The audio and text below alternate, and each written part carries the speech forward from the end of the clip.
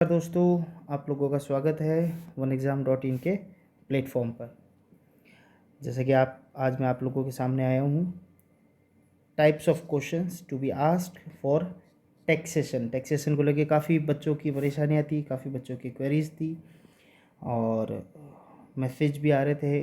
जैसे 1700 plus students registered है हमारे साथ OneExam.in के टेस्ट सीरीज़ के साथ, मटेरियल के साथ, राइट। तो उन बच्चों के काफ़ी मैसेज भी आ रहे थे, सर टैक्सेशन में हमें काफ़ी इशू आ रहे हैं, लाइक कि बहुत ज़्यादा कन्फ्यूजन है, कैसे तैयारी करें क्योंकि बहुत ज़्यादा लंबा कोर्स है टैक्सेशन का, खुद टैक्सेशन बहुत बड़ी है, तो सर कैसे करें, उसके साथ जीएसटी भी है और इतने सारे सब्जेक्ट भी है, तो हम कैसे इसकी तैयारी करें। और टू बी एक्सपेक्टेड डेट बता रहे हैं, मतलब यहाँ अभी तो कोई ऑफिशियल नोटिफिकेशन तो है नहीं हमारे सामने, लेकिन यही बात आ रही है कि अराउंड महीने 2 महीने में एग्ज़ाम भी हो जाएंगे इसके, राइट। तो अब उसके लिए कैसे करें हम तैयारी, या हम कितनी चीज़ें लेते हुए चले, कितनी छोड़ते हुए चले, और किसी सब्जेक्ट को लेके बैठे तो हम कितना पढ़े उसके अंदर। देखो, मेरा आप लोगों को यही कहना है कि पढ़ना, जो आप डिटेल में स्टडी करोगे, जो चीज़ आप डिटेल में पढ़ना स्टार्ट करोगे, तो आप एक सब्जेक्ट या 2 सब्जेक्ट ही कंप्लीट कर पाओगे। लेकिन क्योंकि आपके सामने सब्जेक्ट के रूप में बहुत सारे सब्जेक्ट है, जैसे अकाउंट है, अकाउंट के अंदर फाइनेंशियल है, मैनेजमेंट है, कॉरपोरेट है, ऑडिट है, टैक्स है, टैक्स के अंदर डीटी है, आईडीटी है, यानी मैं बात कर दूँ तो इनकम टैक्स है और जीएसटी है। वैसे वैसे कॉस्टिंग है आपके सामने, कॉस्टिंग के साथ फाइनेंशियल मैनेजमेंट भी है आपके सामने है, राइट। और कुछ कंप्यूटर एप्लीकेशन की अकाउंटिंग भी है, राइट। अब इतने सारे सब्जेक्ट्स को अगर आप डिटेल में पढ़ना स्टार्ट करोगे तो आपके लिए बड़ा ही एक चैलेंजिंग सिचुएशन हो जाएगी आप लोगों के लिए, जो कि थोड़ा सा एग्ज़ाम को देखते हुए और समय को देखते हुए हमारे लिए अभी प्रिफरेबल नहीं रहेगी या सही नहीं रहेगी, राइट। और फिर भी अगर किसी की कैपेसिटी है और वो करना चाहता है तो आप जा सकते हो उस तैयारी के लिए। लेकिन हमारा ये कहना है कि अभी आपको करना है टारगेट स्टडी। टारगेट स्टडी का मतलब क्या हुआ? टारगेट स्टडी करनी है आपको कि कितनी चीज़ें और क्या महत्वपूर्ण चीज़ें हैं, जो इंपॉर्टेंट चीज़ें हैं आपको वही लेते हुए चलना है और बाकी की चीज़ों को थोड़ा सा साइड में करना है या फिर एक बार ही पढ़ना है, राइट। ये एग्ज़ाम अपना एमसीक्यू बेस्ड है, पहली चीज़ तो आप इस चीज़ क्लेरिफिकेशन रखिएगा।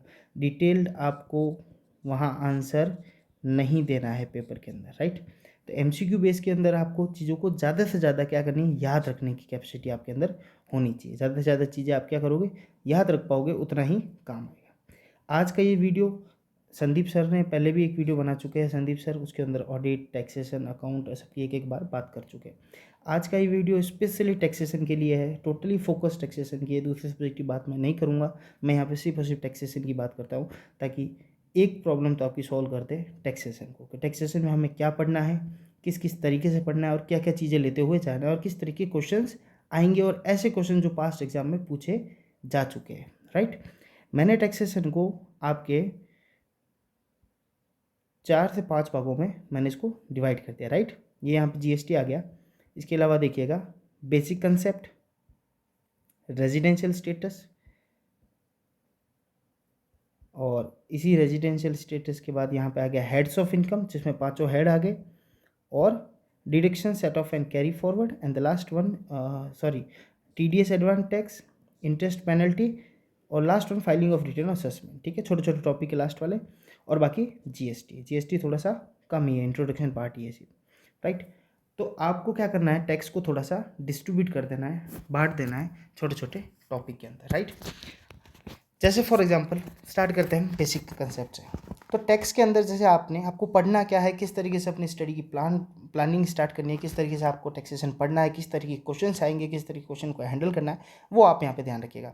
सबसे पहले मैं बात करूँ बेसिक कंसेप्ट की, तो बेसिक कंसेप्ट के ऊपर आप जाओगे तो बेसिक कंसेप्ट में आपको क्या क्या चीज़ें ध्यान रखनी है। बेसिक कंसेप्ट में आपको ये चीज़ें ध्यान रखनी है कि बेसिक डेफिनेशंस, किसी किसी क्वेश्चन की, किसी पर्टिकुलर टॉपिक्स की आपको बेसिक डेफिनेशन याद होनी चाहिए। जैसे कंपनी की डेफिनेशन क्या है, एसएससी की डेफिनेशन क्या है, पर्सन की डेफिनेशन क्या है, ठीक है, assessment year, previous year, right.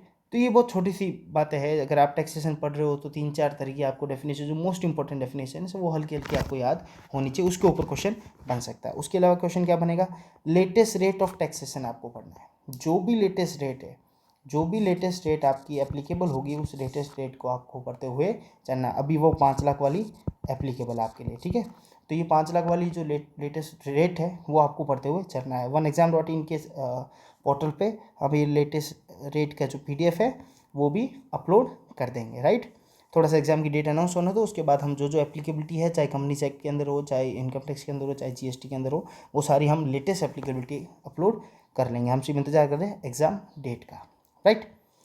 फिर structure of income tax. Income tax के स्ट्रक्चर के अंदर क्या क्या सवाल आ सकते हैं कि भैया इनकम टैक्स आया कब, जैसे इनकम टैक्स फर्स्ट आया कब था, उसकी rate of taxation income tax के अंदर किसके अंदर दी जाती है, फाइनेंस एक्ट क्या होता है, एनुअल फाइनेंस एक्ट क्या होता है, राइट। उसी प्रकार सवाल आ सकते हैं आपके ऊपर कि भाई आप इसके बारे में क्या जानते हो, कौन से शेड्यूल में है, कितनी सेक्शंस है इनकम टैक्स के अंदर, राइट। इस तरह के क्वेश्चन आ सकते हैं किसके अंदर, स्ट्रक्चर ऑफ इनकम टैक्स के अंदर, राइट। और सेंट्रल कौन सी लिस्ट ऑफ कॉन्स्टिट्यूशन की कौन से सेक्शन में, कौन सी लिस्ट में इनकम टैक्स को लाया गया है, ये सारे क्वेश्चंस बन सकते हैं। इम्पॉर्टेंट एग्जाम्पन्स, कुछ इंपॉर्टेंट एग्जाम्पन्स है, वो एग्जाम्पन्स आपको पढ़ते हुए चलना है। वो एग्जाम्पन्स को आगे भी लिया गया अपन ने, आगे यहाँ पे भी मैंने इसको लिया एग्जाम्पन्स को। एग्जाम्पन बताऊंगा किस तरह के एग्जाम्पन आपको पढ़ने हैं। सेक्शन 10 वाले जो एग्जाम्पन्स है वो आपको पढ़ने हैं, उसमें भी सिर्फ मोस्ट इंपॉर्टेंट एग्जाम्पन्स पढ़ने हैं। जो नोट्स इनकम टैक्स के OneExam.in पर जो मटेरियल के अंदर नोट्स दे रखे हैं, उस नोट्स के अंदर मैंने सारा का सारा कंपाइल करके आपको नोट्स प्रोवाइड करवाया है। उस प्रोवाइड नोट्स के अंदर क्या है, उस नोट के अंदर थोड़ी थोड़ी बातें हर सेक्शन के बारे में लिखी, और मेन टारगेट हमारा वो है उस नोट से, उस मटेरियल से, कि आप सेक्शन का नाम याद रख सको, राइट। चलो आगे। तो देखो, बेसिक कंसेप्ट एक अलग पार्ट कर दिया, उसके अंदर हमें क्या पढ़ना है, कुछ बेसिक डेफिनेशंस पढ़नी है, कुछ लेटेस्ट रेट ऑफ टैक्सेशन पढ़नी है हमें, और स्ट्रक्चर ऑफ इनकम टैक्स थोड़ी सी बातें ध्यान रखनी है कि कौन सी एंट्री में इनकम टैक्स आया था, और कहाँ पे रेट ऑफ इनकम टैक्स दी गई है, ये सारी चीज़ें, और कुछ एग्जाम्पन्स है, राइट। तो देखिएगा सवाल पिछली बार, अगली और कई ऐसे ही सिमिलर एग्जाम्स के ऊपर, सिमिलर पैटर्न के ऊपर किस तरीके के सवाल पूछे जा चुके हैं। पहला, the rate of income tax आज मेंशन, देखो ये आया स्ट्रक्चर पे क्वेश्चन आ गया कि इनकम टैक्स की रेट कहाँ पे दे रखी है। इनकम टैक्स एक्ट 1961 के अंदर दे रखी है, या first schedule of the annual financial act के अंदर दे रखी है, या बोथ इनकम टैक्स एक्ट और first schedule of annual financial act दोनों के अंदर दे रखी है, या इनकम टैक्स रूल्स के अंदर दे रखी है। तो यहाँ पे आंसर आपका होगा सी, बोथ। इन कुछ रेटेज जो बेसिक रेट्स है वो इनकम टैक्स एक्ट के अंदर दे रखी है, लेकिन एनुअल फाइनेंशियल एक्ट के साथ साथ रेट्स को क्या किया जाता है, चेंज किया जाता है, और वो सारी रेट्स, ये चेंजेबल जो अमेंडेड रेट होती है वो कहाँ आती है, एनुअल फाइनेंशियल एक्ट के फर्स्ट शेड्यूल के अंदर आती है, राइट। तो इसका आंसर होगा सी, समझ रहे हो। इस तरह के क्वेश्चन आएंगे। क्वेश्चन नंबर 2 क्या है, the surcharge applicable in the case of firm के अंदर सरचार्ज क्या एप्लीकेबल है, ये क्वेश्चन आ गया आपका किसका, रेट्स ऑफ टैक्सेशन का। तो जो 1 करोड़ के ऊपर कितना टोटल इनकम, जिन फर्म की टोटल इनकम 1 करोड़ के ऊपर है, उनके ऊपर 12% सरचार्ज एडिशनल लग के चलेगा। 12% किसका, 12% ऑफ इनकम टैक्स का, यानी इनकम टैक्स की रेट जो एप्लीकेबल है वो है, उसके ऊपर 12% और लगेगा, ठीक है। Question number 3, artificial juridical person is an example of. अब देखो, आप पर्सन की डेफिनेशन पढ़ोगे तो उसके अंदर सारे आ जाएंगे, individual, HUF, AOP, VOI, company, सारे आएगी। नीचे जाके एक पॉइंट लिखा हुआ, any other artificial juridical person, right. तो ये क्या होगा, आर्टिफिशियल जुडिकल पर्सन कौन से होंगे, तो उसको बोलेंगे इन चारों में से बताइए कौन हो सकता है। देखो, institute of chartered account of India, ICAI, ये ऑटोनोमस बॉडी हो गई। SBI एक तरीके से बैंकिंग कंपनी हो गई, कंपनी की डेफिनेशन दे रखी है। इंडियन ऑयल कॉरपोरेशन एक PSU होगी, कंपनी हो गई। दिल्ली यूनिवर्सिटी, ये क्या होगी आपकी, ये होगी आपकी artificial judicial person. The answer is D, इसका भी डी था। 4th question, which of the following income will be examined in the hand of Sikkimese individual. जो सिक्किम के इंडिविजुअल्स होते हैं उनके लिए कौन सी इनकम एग्जाम्प्ट है। सेक्शन 10 के अंदर जाके आप देखोगे तो सिक्किम के जो इंडिविजुअल्स है उनके लिए कुछ एग्जेम्पशंस दे रखी है, कुछ छूट दे रखी है। उस छूट के अंदर क्या है कि only income from any source in the state of scheme number, यानी सिक्किम के किसी भी सिक्किम के स्टेट में किसी भी प्रकार की किसी भी सोर्स से अगर इनकम हो रही हो, नंबर 1 वो कोई भी इनकम जो डिविडेंड से उसको रिसीव हो रही है। नंबर 3, कोई भी इनकम जो इंटरेस्ट ऑन सिक्योरिटी से हो रही है, यानी इंटरेस्ट ऑन सिक्योरिटी से होने वाली इनकम, डिविडेंड से होने वाली इनकम, या सिक्किम के अंदर किसी भी सोर्स से होने वाली इनकम, ये तीनों ही इनकम सेक्शन 10 में जो सिक्किम के इंडिविजुअल से उन लोगों के लिए क्या कर रखी है, क्या कर रखी है, एग्जेम्प्ट कर रखी है। तो आंसर इज डी, ये तीनों प्रकार की इनकम क्या है, एग्जेम्प्ट है। देखो ये एग्जाम्पन्स के कुछ क्वेश्चन आ गए, कुछ इंपॉर्टेंट एग्जाम्पन्स आपको सेक्शन 10 की पढ़नी है। जैसे सेक्शन 10 की कुछ एग्जाम्पन आप पढ़ोगे, उसके अंदर ग्रेचुइटी भी आएगा, लीव एनकेसमेंट भी आएगा, उसके अंदर सेक्शन 10AA भी आएगा, राइट। तो ये कुछ इंपॉर्टेंट सेक्शन जो आपको पढ़ते हुए चलना है, ठीक है। थोड़ी उनके बारे में बातें आप पता कर लो, सेक्शन का नाम पता कर लो, इस सेक्शन के बारे में क्या है वो चीज़ें पता कर लो। दूसरा भाग हमारे सामने आता है रेजिडेंशियल स्टेटस। रेजिडेंशियल स्टेटस के बारे में हम क्या पढ़े, आपको सबसे महत्वपूर्ण है सवाल पे क्या याद रखना है, रेजिडेंशियल स्टेटस की कंडीशन, दोनों बेसिक कंडीशन और एडिशनल कंडीशन, दो तो बेसिक कंडीशनल है और दो एडिशनल कंडीशन है, ये दोनों याद रखनी है आपको, ठीक है। ये तो याद करके ही जानी है आपको। स्कोप ऑफ इनकम, सेक्शन 9 के अंदर जो स्कोप ऑफ इनकम है वो इंपॉर्टेंट है। ऐसे तो सेक्शन 6 के अंदर रेजिडेंशियल स्टेटस हो गया, सेक्शन 9 के अंदर स्कोप ऑफ इनकम है, जो आपको याद करते हुए जाना है, समझते हुए चलना है। जहाँ पे deem to be accrued arise in India income, कुछ इनकम ऐसी होती है जो तो इंडिया में क्या कहते हैं, इंडिया में जैसे दिखने में तो नहीं लगेगी कि इंडिया में रिसीव हुई, लेकिन उसको डिमिफिकेशन के साथ डीम किया जाएगा कि वो इंडिया में ही रिसीव हुई है। और कुछ एग्जाम्पन्स, वापस एग्जाम्पन वही पार्ट मैं यहाँ पे लेते हुए चलता हूँ। एक क्वेश्चन मैंने यहाँ पे भी डाला एग्जाम्पन का, देखिएगा। पहला क्वेश्चन क्या है, dividend income from Australia company, Australian company received in Australia, Australian company से डिविडेंड इनकम हुआ और रिसीव कहाँ हुआ, वो भी ऑस्ट्रेलिया के अंदर हुआ, in the year of 2019, brought to India, India के अंदर लाया कब, ड्यूरिंग द प्रीवियस ईयर 2020-21, इसको लेटेस्ट करके मैंने बनाया है। Is taxable in the assessment year 21-22 in the case of, अच्छा ये बताइए, ऑस्ट्रेलिया कंपनी से, ऑस्ट्रेलियन कंपनी है उसने क्या दिया, ये ऑस्ट्रेलियन कंपनी है उसने दिया भैया डिविडेंड, किसको दिया, कहाँ दिया, दिया भैया ऑस्ट्रेलिया में दिया, ठीक है। अब ये बोलता है अगर ऑस्ट्रेलियन कंपनी डिविडेंड देती है ऑस्ट्रेलिया के अंदर ही, और फिर आप जाके भारत आते हो, इंडिया आते हो, तो किस नागरिक के रूप में, एज एन इनकम टैक्स के अंदर, किस रेजिडेंस के रूप में, किस इंडिविजुअल के रूप में आप क्या मानोगे, इंडिया के अंदर टैक्सेबल मानोगे। तो जब आप रेजिडेंशियल की कंडीशंस पढ़ोगे, जब आप स्कोप ऑफ टोटल इनकम पढ़ोगे, तब आपको ये समझ में आएगा कि रेजिडेंट और ऑर्डिनरी रेजिडेंट हो, कौन, रेजिडेंट और ऑर्डिनरी रेजिडेंट हो, अगर वो बाहर इनकम कमा रहा है और इंडिया के अंदर आके क्या हो रहा है, उसके टैक्सेबल हो रही है, इंडिया के अंदर आके क्या हो रही है, टैक्सेबल हो रही है, तो क्या होगा, तो क्या हो जाएगा, रेजिडेंट ऑर्डिनरी रेजिडेंट हो, या वो resident and ordinary resident and resident but not ordinary resident, यानी या वो आर एंड ओ आर हो, या R and N O R हो, ये दोनों हो, या सिर्फ क्या हो, एन आर हो, नॉन रेजिडेंट। किसी भी केस में ऑस्ट्रेलिया की कंपनी ने डिविडेंड दिया, ऑस्ट्रेलिया के अंदर रिसीव हुआ, फिर चाह के वो इंडिया में लाएगा, तो भी क्या हो जाएगा, वो क्या हो जाएगा, नॉन टैक्सेबल होगा इंडिया के अंदर। तो answer is D, the answer is D, ठीक है। इस प्रकार के क्वेश्चन आएंगे, इस प्रकार के क्वेश्चन करने के लिए आपको उनकी कंडीशन सारी रेजिडेंशियल स्टेटस की आपको याद होनी चाहिए। चलो second question, interest paid by a resident for carrying on a business or profession outside India is deemed to be accrued arise in India। देखो वापस deemed to be accrued arise in India का question आ गया। ये क्या होता है, if the receiver interest paid by, interest कौन paid कर रहा है, रेजिडेंट, फॉर किसके लिए पे कर रहा है, किसको पे कर रहा है, फॉर कैरिंग, पर्पस क्या है उसका, for carrying on a business और प्रोफेशन आउटसाइड इंडिया, यानी भारत के बाहर कोई बिजनेस कर रहा है, उस बिजनेस के लिए वो क्या ले रहा है, किसी से पैसा लिया होगा, उसको क्या दे रहा है, ब्याज की इनकम दे रहा है। अब अपना कहना है कि वो रिसीवर है, अगर वो नॉन रेजिडेंट हो तो टैक्सेबल होगी कि नहीं होगी वो इनकम उसकी, अगर वो रेजिडेंट एंड ऑर्डिनरी रेजिडेंट हो तो टैक्सेबल होगी नहीं होगी। रिसीवर कौन, जो इंटरेस्ट ब्याज रिसीव कर रहा है, या रेजिडेंट एंड एनओआर हो तो उसके लिए रिसीव होगी या नहीं होगी।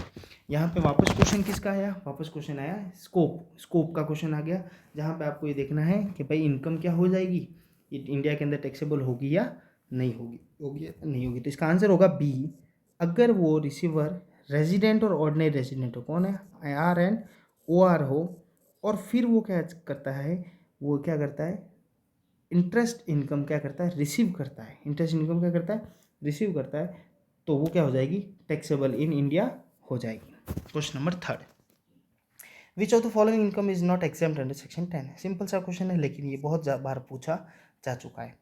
क्या है, इनमें से कौन सी इनकम सेक्शन 10 के अंदर एग्जाम्प्ट नहीं है, यानी वो सारी चीज़ें हमें देखनी है जो एग्जाम्प्ट है। Number 1, share in the total income of the firm, firm के अंदर पार्टनर का जो शेयर होता है वो क्या होता है, एग्जाम्प्ट होता है, right. Bonus on life insurance, life insurance में मिलने वाला बोनस, जो पैसा मिलेगा लाइफ इंश्योरेंस पे जब आप मैच्योर होगी, वो भी क्या होता है, एग्जाम्प्ट होता है।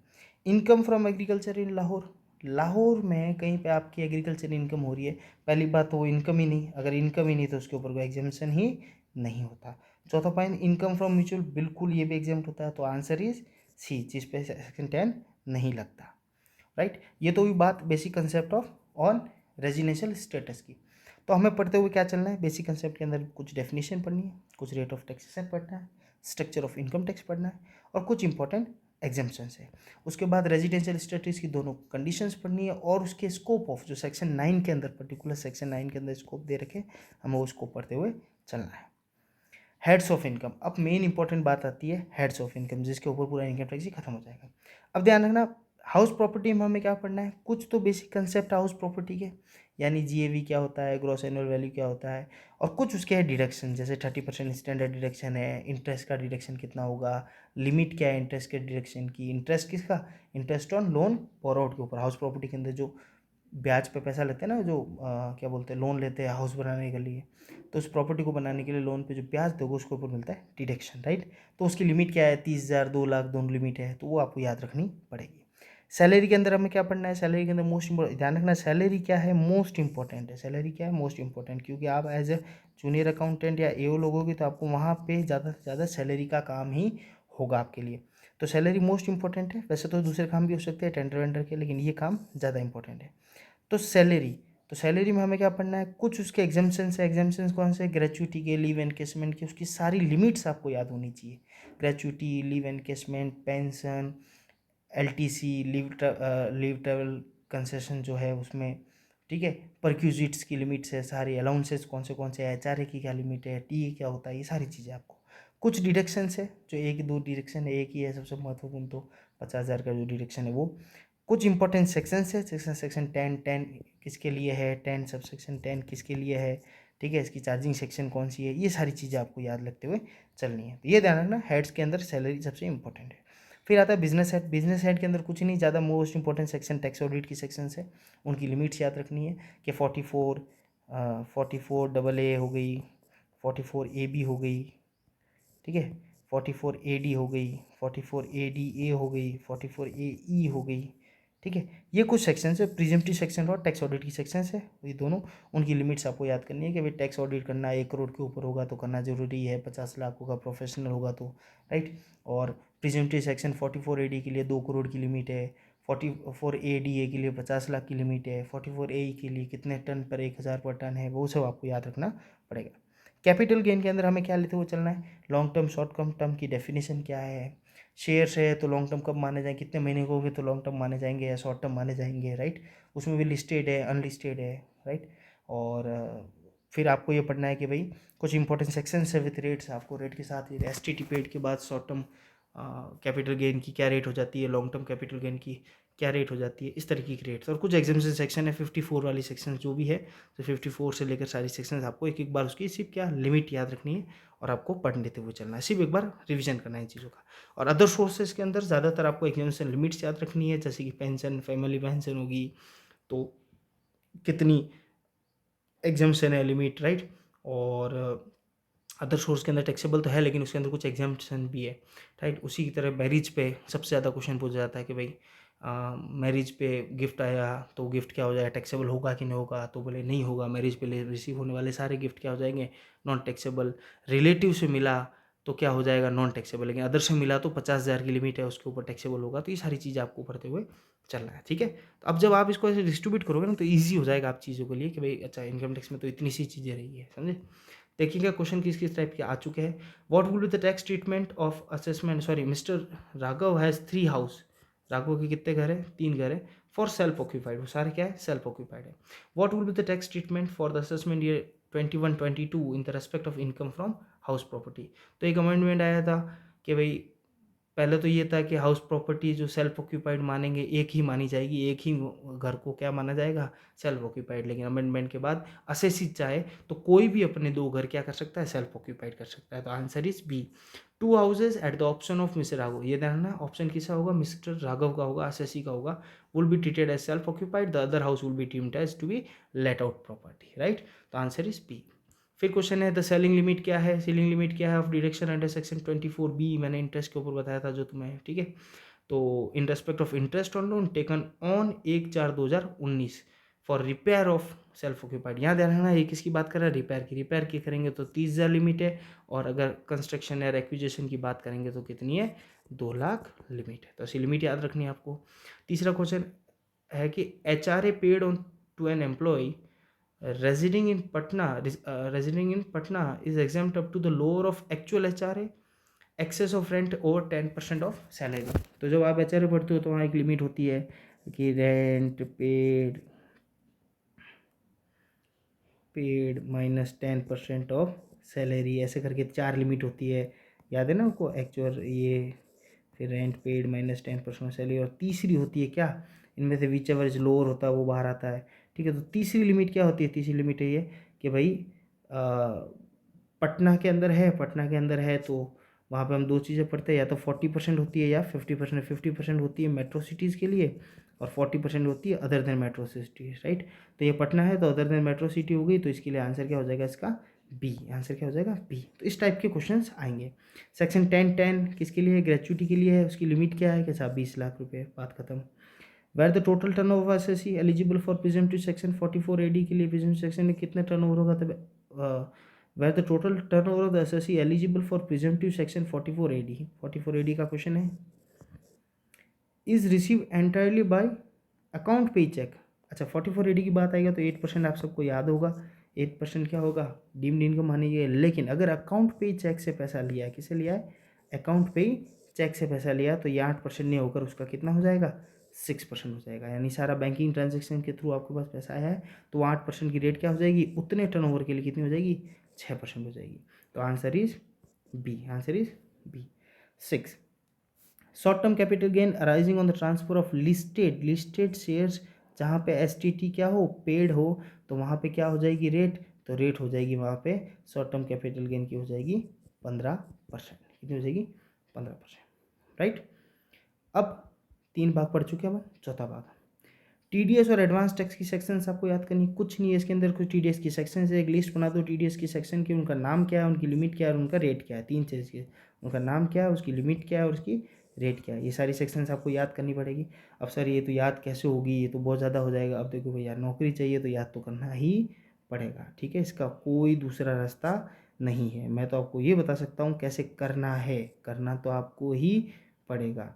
और दूसरा advance tax provisions, advance tax के जो प्रोविजंस है 206 से लेकर, वो प्रोविजंस आपको याद करने हैं कि उसके अंदर लिमिट क्या है। प्रोविजन कुछ याद नहीं करना है, ये याद रखना है कि भाई उसकी लिमिट क्या है, कितने पे एडवांस टैक्स लगेगा, 4 इंस्टॉलमेंट में लगेगा, वो 4 इंस्टॉलमेंट की डेटें याद रखनी है, बस सिंपल सी बात। ये बात होगी आपके एडवांस टैक्स की, राइट। और TDS की इतनी सी चीज़ें, ठीक है, समझ में आ रहा है। बेसिक डेफिनेशन नॉर्मल सी बात है, रेट नॉर्मल सी बात है, स्ट्रक्चर थोड़ा बहुत पढ़ लो, इंपॉर्टेंट एग्जीबिशन पढ़ लो, उसकी कुछ रेजिडेंशियल स्टेटस जो इंपॉर्टेंट है उसका वो तो पढ़ना ही पड़ेगा, आप थोड़ी बहुत नॉलेज लेना ही पड़ेगा, नहीं तो एग्जाम में कौन पास करेगा आपको, राइट। फिर सैलरी के अंदर मेन सैलरी को आपको फोकस करना है, उसके अंदर चीज़ें पढ़नी है आपको। फिर आपको यहाँ जाके, कहाँ गया, अच्छा बीच में एक मिस हो गया ना, डिडक्शन एंड सेट ऑफ का। चलो कोई बात नहीं, डिडक्शन सेट ऑफ पे आ जाते हैं। Deduction and set of carry forward of losses, carry forward of losses पूरा नहीं लिखा है, समझ जाना आप। 80C से 80U तक जितने भी डिडक्शन है, कितने 80C से 80U तक जितने भी डिडक्शन है, उनका आपको क्या याद रखनी है, उनकी सिर्फ लिमिट्स याद रखनी है, ये ध्यान रखना। हाँ ये क्वेश्चन आ सकता है 80 सेक्शन 80U किसके लिए है, तो आपको पता होना चाहिए जो PWD है, जो मतलब PWD in the sense person with disability है ना, तो वो हो गया। तो उन बंदों के लिए 80U सेक्शन अवेलेबल है, तो आपको थोड़ा बहुत इनके बारे में पता होना चाहिए। देखिएगा क्वेश्चन, और set of head wise set of कैसे होगा, कौन कितने साल में सेटअप होगा, कौन किससे सेटअप होगा, ठीक है, इसकी पूरी लिस्ट होती है, वो आपको याद रखना पड़ेगा। कितने टाइम में सेटअप होगा लॉस, कितने टाइम तक कैरी फॉरवर्ड होगा, ठीक है, कि भाई बिजनेस लॉस है तो 8 सालों तक कैरी फॉरवर्ड हो सकता है, हाउस प्रॉपर्टी लॉस है तो 8 सालों तक कैरी, कई बार क्वेश्चन आ रखे इस तरीके के, राइट। तो सिंपल क्वेश्चन आएंगे, लेकिन आपको उसके लिए थोड़ा सा पढ़ना पड़ेगा, ठीक है। तो 80C से 80U तक मोस्ट इंपॉर्टेंट आपको क्या याद रखनी है, इनकी लिमिट याद रखनी है। चलो क्वेश्चन क्या है, एज पर द 80 CCE का क्वेश्चन है। 1.5 लाख क्या है, मैक्सिमम क्वालिफाइंग लिमिट है फॉर द डिडक्शन अंडर, इन तीनों सेक्शन की मिलाकर लिमिट 1.5 लाख से बाहर नहीं होनी चाहिए। ये किस में बोल रखा है, 80 CCE ई के अंदर बोल रखा है, सिंपल सी बात। दूसरा, the maximum amount which can be donated in the cash, cash में कितना अमाउंट डोनेट कर सकते हो अकॉर्डिंग टू 80G, तो आंसर इज डी, 2000 से ज़्यादा कैश में डोनेट नहीं कर सकते, अगर किया है तो 80G में डिडक्शन नहीं मिलता, ठीक है। फिर आता है अपन TDS सेक्शंस की बात, TDS और एडवांस टैक्स की बात करते हैं। तो TDS में मैंने आपको बता दिया सेक्शन से, सेक्शन की लिस्ट बनाओ, उसकी लिमिट, रेट और नाम याद कर लो, राइट। एडवांस टैक्स में आपको 266 सेक्शन है, उसका कुछ याद नहीं करना है, आपको लिमिट याद करनी है और क्या याद करना है, 4 इंस्टॉलमेंट डेटे याद कर लो। देखिएगा, the rate of TDS on rental payment of plant and machinery equipment, जो प्लांट एंड मशीनरी इक्विपमेंट पर रेंट पेमेंट है उस पर कितना मिलेगा, तो आंसर इज ए, 2%, राइट। दूसरा, mister X paid fees for professional service, professional service fees दी है, कितनी दी है, 40,000। तो किसको दी है, मिस्टर वाई को। हु इज, वो काम क्या करता है, वो engage only in the business of operation of call centre, call centre का बिजनेस है, उसके लिए उसको फीस दी है। Tax is to be deducted by mister X at the rate, अब देखो जैसे यहाँ प्रोफेशनल दिखेगा आपको 194J की याद आएगी, लेकिन 194J में आपको ये याद रखना है, अगर कॉल सेंटर का मामला है तो वहाँ पे रेट क्या हो जाएगी आपकी, कॉल सेंटर का मामला है तो वहाँ रेट क्या हो जाएगी आपकी 2%, रेट क्या हो जाएगी 2%, डी इज द आंसर, क्योंकि वो कॉल सेंटर। और दूसरी बात याद रखना है, 30,000 के ऊपर होगा तो ही TDS कटेगा, तो यहाँ 40,000 है इसलिए TDS कटेगा। क्वेश्चन घुमा भी सकता है, यहाँ 40,000 की करें, यहाँ तुम्हें 25,000 दे दे। अब तुम्हें कॉल सेंटर तो याद रह गया, लेकिन तुम्हें ये याद नहीं रहा कि ये 40 नहीं होता, यहाँ पे रेट जैसे फॉर एग्जाम्पल 0% दे दी, तो आंसर 0% हो जाएगा वहाँ पे। समझे मेरी बात। आगे एडवांस टैक्स के ऊपर किस तरह क्वेश्चन आता है, advance tax will not be paid if tax payer after TDS is not more than equal to, तो आंसर हो जाएगा 10,000। 10,000 से ऊपर अगर उसका टैक्स नहीं बन रहा है तो आपको क्या करना है, आपको एडवांस टैक्स का प्रोविजन उसके ऊपर लागू ही नहीं होगा। नेक्स्ट, इंटरेस्ट एंड पेनल्टी, कुछ सेक्शंस के आपको इंटरेस्ट और पेनल्टी की भी याद करनी है, जैसे 234 सेक्शंस है, मैंने वही स्पेशल लिखी है जो बार बार क्वेश्चन आता है, 234 है वो आपको याद करनी है, 3 तरीके की सेक्शन है इसके अंदर, वो आप याद कर लेना। और कुछ हम इंपॉर्टेंट पेनल्टीज है 273 की, और वो अपन पढ़ते हुए चलते हैं, 234 भी है, ठीक है। चलो पहला, फॉर नॉन पेमेंट और short payment of advance tax, advance tax का या तो पेमेंट किया ही नहीं है या किया है लेकिन कितना किया है, शॉर्ट पेमेंट किया है, तो सेक्शन कौन सी लगेगी, कहाँ पे जाके ये क्या हो जाएगा, टैक्सेबल हो जाएगा, तो answer is 234B, 234B, right. तो 234B के अंदर क्या हो जाएगा, तो आंसर इज बी, 234B के अंदर इसके ऊपर क्या लग जाएगी, इसके ऊपर नॉन पेमेंट ऐसे करने के इंटरेस्ट पेनल्टी लगेगी, right. Next, question number 2, mister X has the total income of 7 lakhs for the assessment year 20 की, he files his return of income for the assessment year 2021 on 30 January 2021, he is liable to fee. देखो भैया 7 लाख की उसकी income थी, return उन्होंने बोला 13 जनवरी 2021 को, भरना कितना था उनको, 31 जुलाई तक भरना था, भरा कब, यहाँ भरा, तो उसके साथ पेनल्टी तो लगेगी लगेगी, तो पेनल्टी यहाँ पे लगेगी 234F के अंदर, नॉन फाइलिंग या लेट फाइलिंग ऑफ रिटर्न की, तो लेट फाइलिंग और रिटर्न की पेनल्टी लगेगी, 7 लाख की इनकम है इसलिए यहाँ पे लग जाएगी कितनी, यहाँ पे लग जाएगी आपकी 10,000 रुपये, कितनी लग जाएगी 10,000 रुपये, 5 लाख के ऊपर ऊपर है तो 10,000 रुपये पेनल्टी लगेगी ही लगेगी। चलो अब सबसे लास्ट वाला, filing of return and assessment, कुछ असेसमेंट प्रोसीजर्स है वो आपको याद रखने हैं और कुछ फाइलिंग ऑफ रिटर्न की डेटें याद रखनी है। तो सबसे पहले type of return with sections and time limit, कितने कितने प्रकार के रिटर्न होते हैं, जैसे बिलेटेड रिटर्न होता है, एक खुद रिटर्न होता है, उसके बाद बिलेटेड होता है, फिर रिवाइज रिटर्न होता है ना, तो आपको ये सारी डेटें याद रखनी है, इनके अंदर होते क्या है, कौन सी सेक्शंस में होते हैं ये याद रखना है, और उनकी टाइम लिमिट क्या है वो याद रखना है।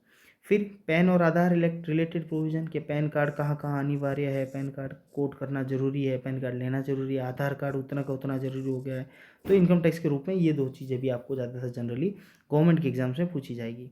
और टाइप्स ऑफ असेसमेंट, असेसमेंट के कितने टाइप्स होते हैं, उनके नोटिस किस किस सेक्शंस के अंदर इशू होते हैं और उनकी टाइम लिमिट क्या है, ये चाहे लीस्ट इंपॉर्टेंट है लेकिन याद देखो अगर आपको बेस्ट परफॉर्मेंस देना तो ये भी आपको पढ़ते हुए जाना है, कुछ नहीं करना है, इनके सिर्फ नाम याद रखने हैं, इनकी टाइम लिमिट याद रखनी है और इनकी सेक्शंस याद रखनी है, उनकी सेक्शंस याद रखनी है, ठीक है। चलो चले आगे, देखिए क्वेश्चन किस टाइप के आते हैं। एन इंडिविजुअल क्लाइंट है जो आपसे कंसल्ट कर रहा है पैन के मैटर पे, क्या बोल रहा है, he is carrying on the business of sale and purchase of electronic appliances, his turnover is 3 lakh and profit कितना है उसका ₹75,000। किस में? प्रीवियस ईयर में। He has asked you to provide him threshold of turnover if any exceeding which has to apply for. ये बोलता है pan card की जो लिमिट है, मुझे पैन कार्ड अप्लाई करने के लिए, पैन कार्ड जो मुझे अप्लाई करना है उसकी जो लिमिट क्या है कि इतने अमाउंट तक पैन कार्ड लिमिट हमें अप्लाई करना अनिवार्य हो जाएगा, मैंडेटरी हो जाएगा, उसकी आप मुझे बताओ। तो भैया पहले ऐसा था कि अगर कोई बिज़नेस कर रहा है उसका टर्नओवर कितना होता है, 5 लाख से ऊपर हो तो उसको पैन कार्ड लेना अनिवार्य था। लेकिन 2018 में जाके इसको चेंज कर दिया गया। अब इसकी लिमिट कर दी गई कितनी? 2.5 लाख। तो आपको याद रखनी है answer B, more than 2.5 lakh, यानी 2.5 लाख से ऊपर जिसका टर्नओवर हो जाए उसको पैन कार्ड क्या करना है? कोट करना या अप्लाई करना, लेना ही ज़रूरी है, मतलब अप्लाई करना ही ज़रूरी है, ठीक है, लेना ही पड़ेगा उसको।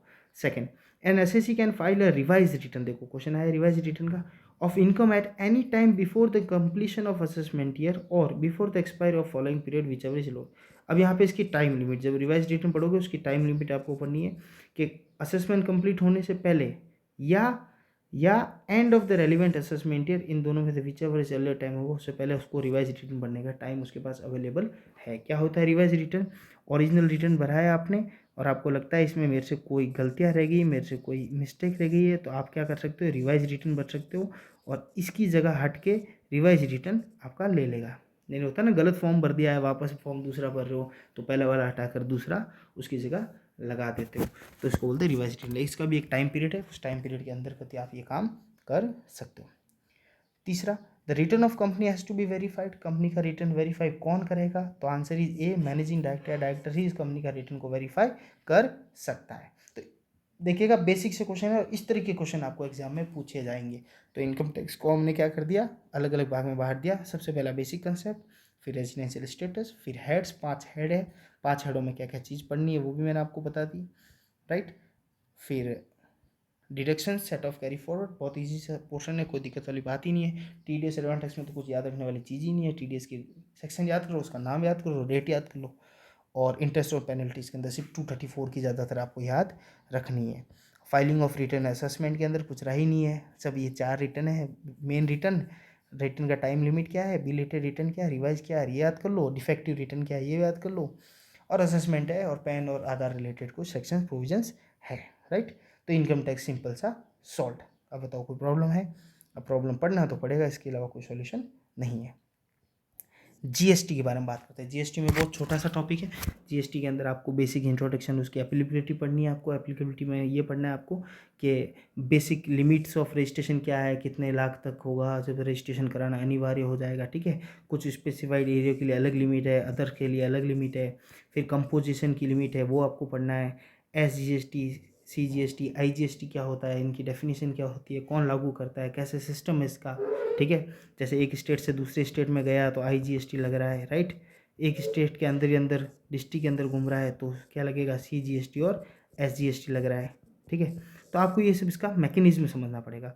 और कुछ एग्जम्प्टेड गुड्स है जो GST के प्रीवियस है, GST के कवरेज एरिया से क्या है, बाहर है, या कुछ तो बाहर ही है और कुछ अंदर होने के बाद भी उनको क्या बाहर कर दिया गया, एग्जम्प्ट कर दिया गया। किसके द्वारा? किसके द्वारा?